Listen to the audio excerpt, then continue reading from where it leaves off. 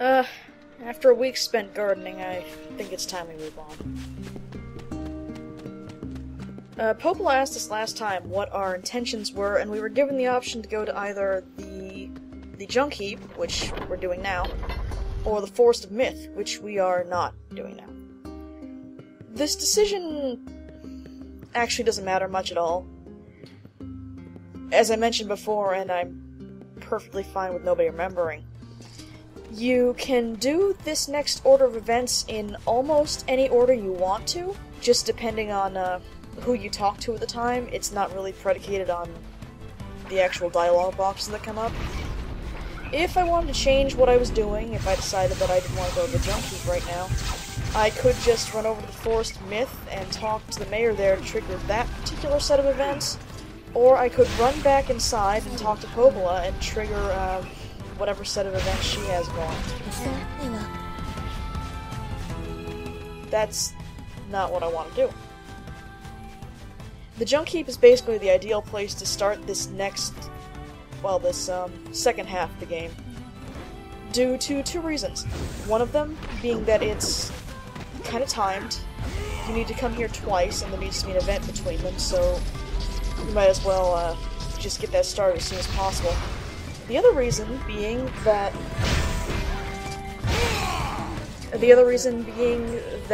you have to trigger the storyline event over here to be able to use the weapons upgrading. I have some weapons that I want to upgrade, and the faster we can get those stronger, the better. So, might as well check on the brothers.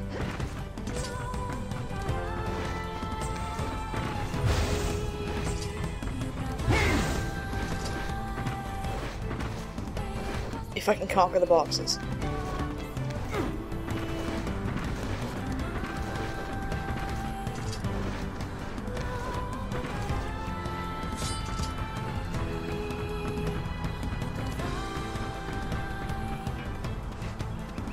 Might be nice to see how the boys are doing, too. Gideon's grown up since then, Jacob should be an adult. Might be nice. Let's catch up.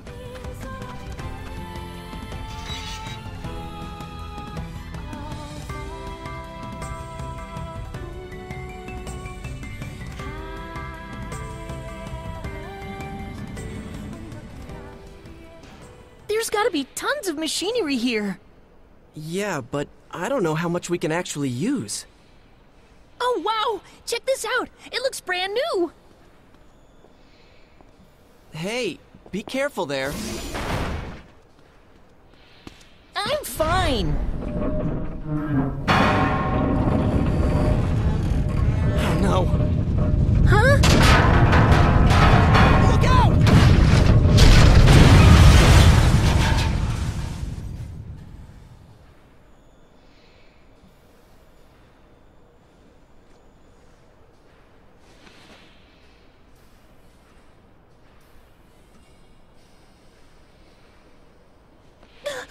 Jacob!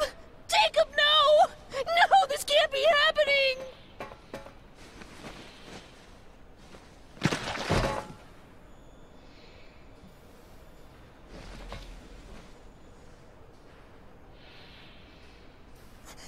No!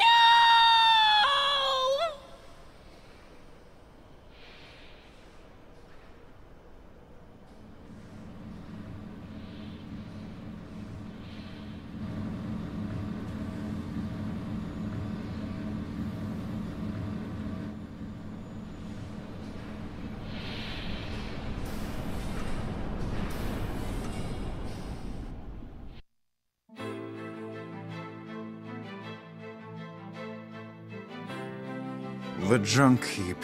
Perhaps we should speak to the brothers. They might know something about this. That, might be a little awkward.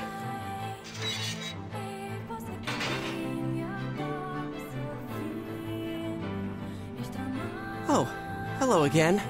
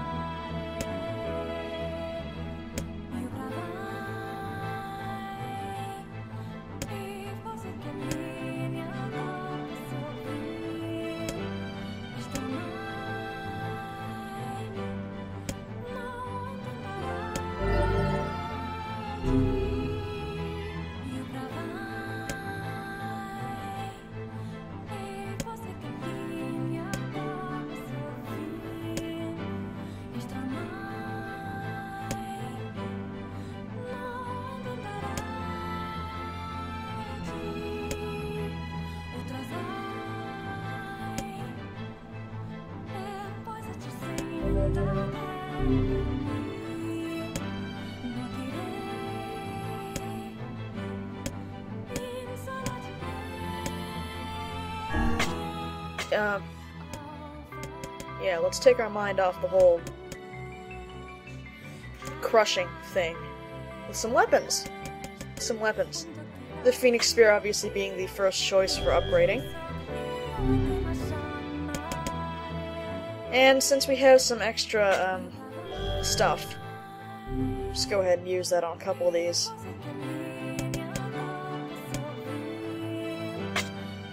A thing to notice is that the Nier weapons, don't change form, but anything from Drakengard does.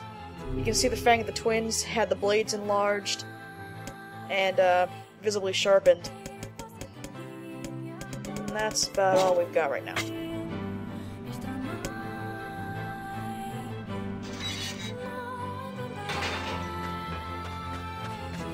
He just handed us a new weapon. A ridiculously overpowered weapon. Not this. This is ridiculously overpowered, though. Lunacy. Anyway, what he just handed us is the Iron Will. Which isn't so good right now. Also, it's only half of a sword.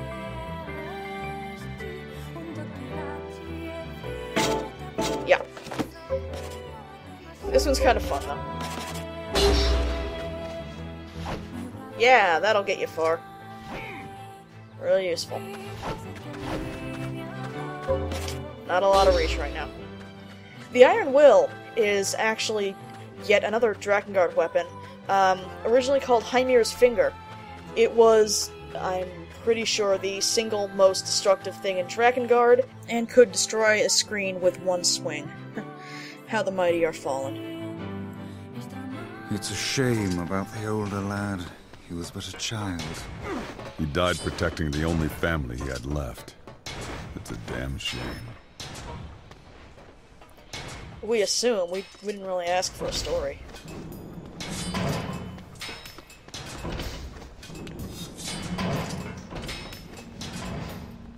Let's go visit.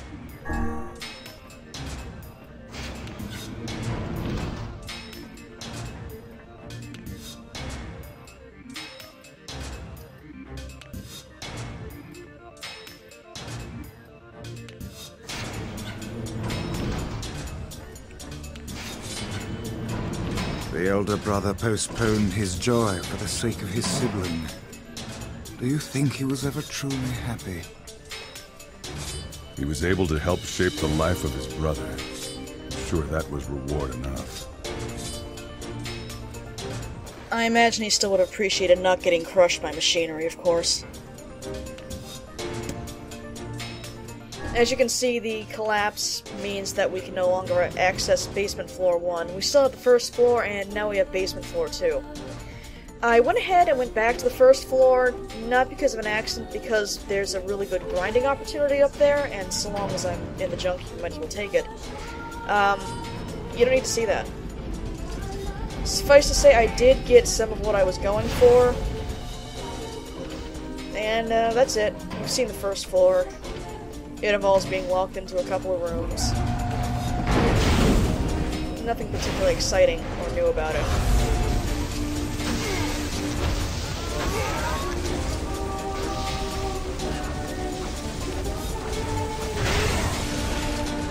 It is kind of notable that, the junk heap is probably the single best place to notice the contribution from the rest of your party now. Obviously, it's all close quarters. These enemies do not get a significant HP or difficulty increase due to the time skip, due to the fact that they are, unchanging robots. So instead of having to deal with additional armor, additional HP, additional attack power, we're really just dealing with slightly buffed enemies, but not significantly stronger than they were.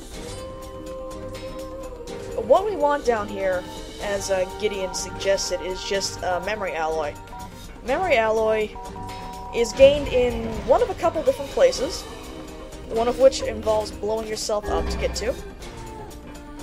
We're gonna go with the easier one to reach, or the one that's quicker to reach, I should say, without having to go through the entire dungeon. It's down this way, but along the way, I decided to go through some completely extraneous rooms. The reason for this is less to do with potential grinding opportunities and more because I haven't bothered coming down these rooms in a very long time, and, well, why not? Cannons become a regular fixture down here, and in addition to that, we now have these little, propeller-based flying robots. There's a lot more bombs we can throw. The flying guys are extremely important for item grinding.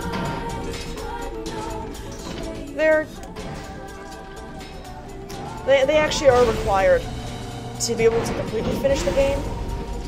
Their rare gold drop is machine oil, and you are absolutely required to have three droplets of machine oil in order to get all the weapons. This is the reason I went ahead and went back to the first floor to do some killing. There's a hallway that is just stuffed with the little things. So you have a reasonably good chance of getting some machine oil if you just head up there and murder. I think there's like 12, 15 of them all at once. It's pretty nice, pretty convenient.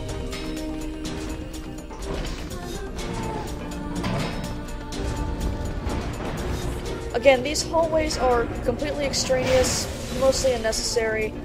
They throw more robots at you, and, well, given all the things that require metal from here, more robots is always good.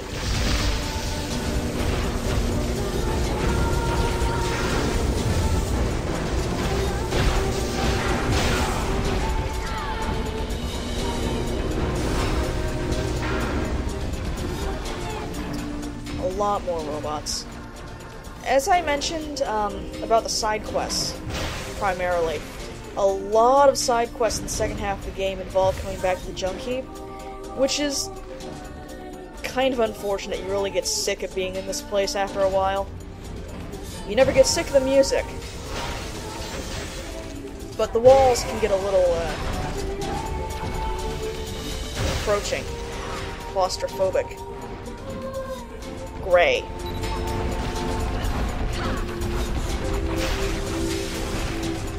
Fortunately, if you know what you're doing, it doesn't tend to be too bad, except for a couple guys that I just, let's just say that I've had some, bad experiences with certain metals, and we'll leave it at that.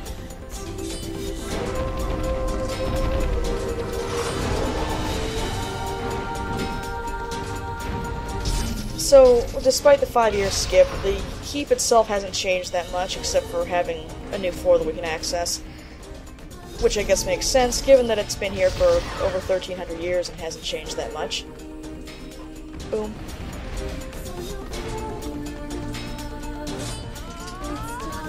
Sadly, it's not significantly more interesting, either. Not entirely. Not this part. It does have a few new tricks up its sleeve, though, so to speak.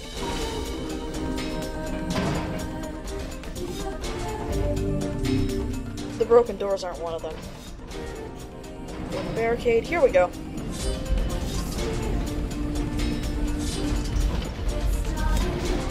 This is kind of a weird room. You just have to make your way from one end to the other. There aren't significant robotic enemies, they're just these, big open holes that are pouring smoke out at you. There are a few guys, and I guess it's more a test of paying attention than it is anything else. I'm not really sure why you can drag around those boxes, but there you have it. Generally speaking, when I run to this room, I try and switch to whatever decent one-handed weapon I have, just to avoid accidentally charging my way into one of those open holes, which happens more often than I care to admit.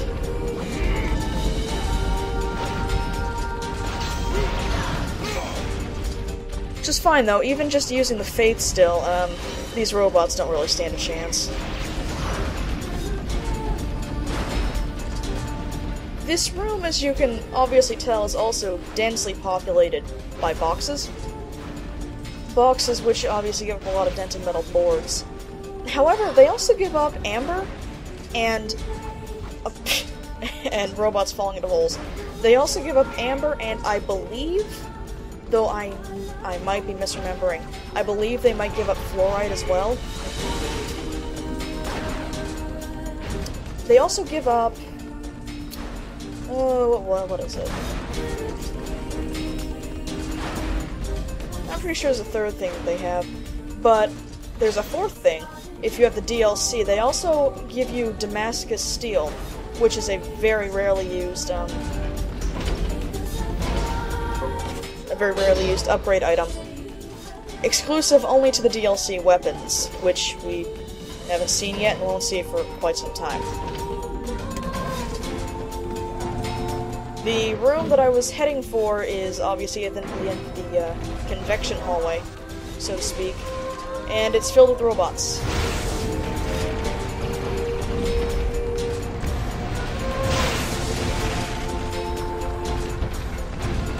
It's also very large. Conveniently large. Conveniently large for, say, an extended robot battle, or perhaps a battle against a singular larger robot. I don't know. Just what it looks like. Who am I kidding? You're gonna fight a giant robot here eventually.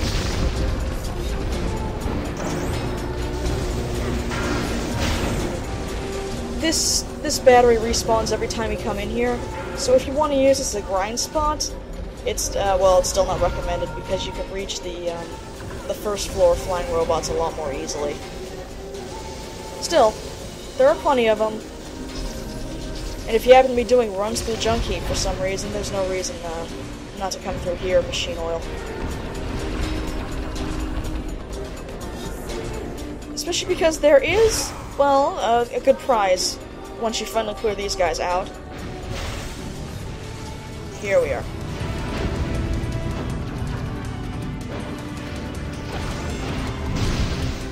There we are. This is a P-33. They obviously don't have significant amounts of HP, but they do have some pretty painful attacks, and if you're not careful or trying to show off, for instance, they can hit you for something pretty bad. And if you close in too much, then the floor becomes electricity, and that's no good.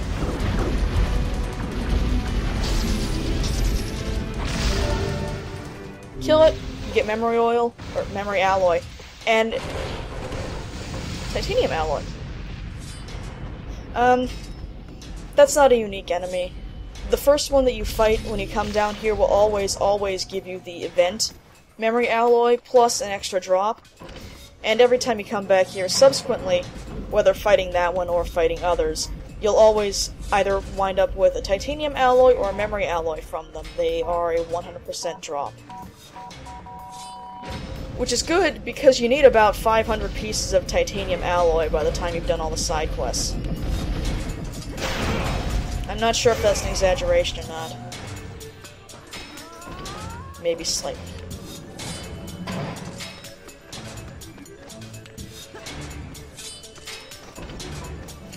I hate this door. This is the stupidest door.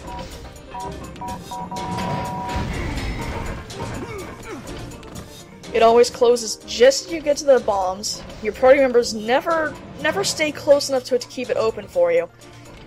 And 9 times out of 10, I generally have to just ram Nier into the thing to be able to get it, since his throwing animation takes too long. I briefly contemplated going in the other direction, deeper into the junk heap, but not much of a point right now. We got what we came for, let's leave. Nice, smooth teleport.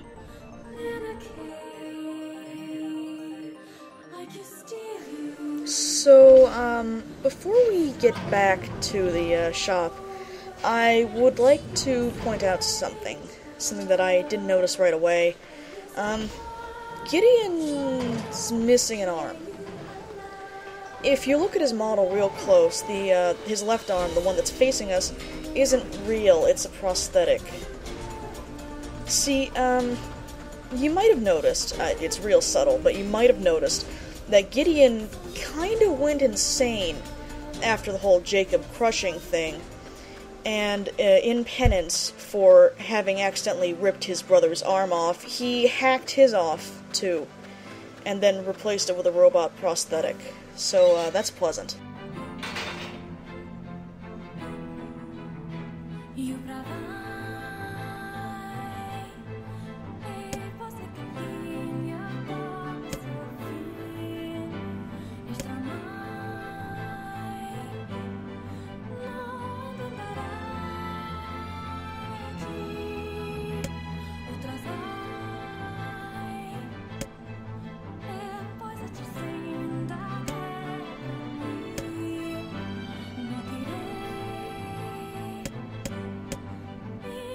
I went ahead to see if I had any more weapons I could upgrade after getting all that crap from down there. I do.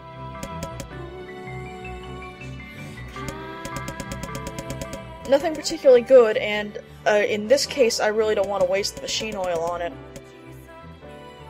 I have some bad experiences with harvesting machine oil.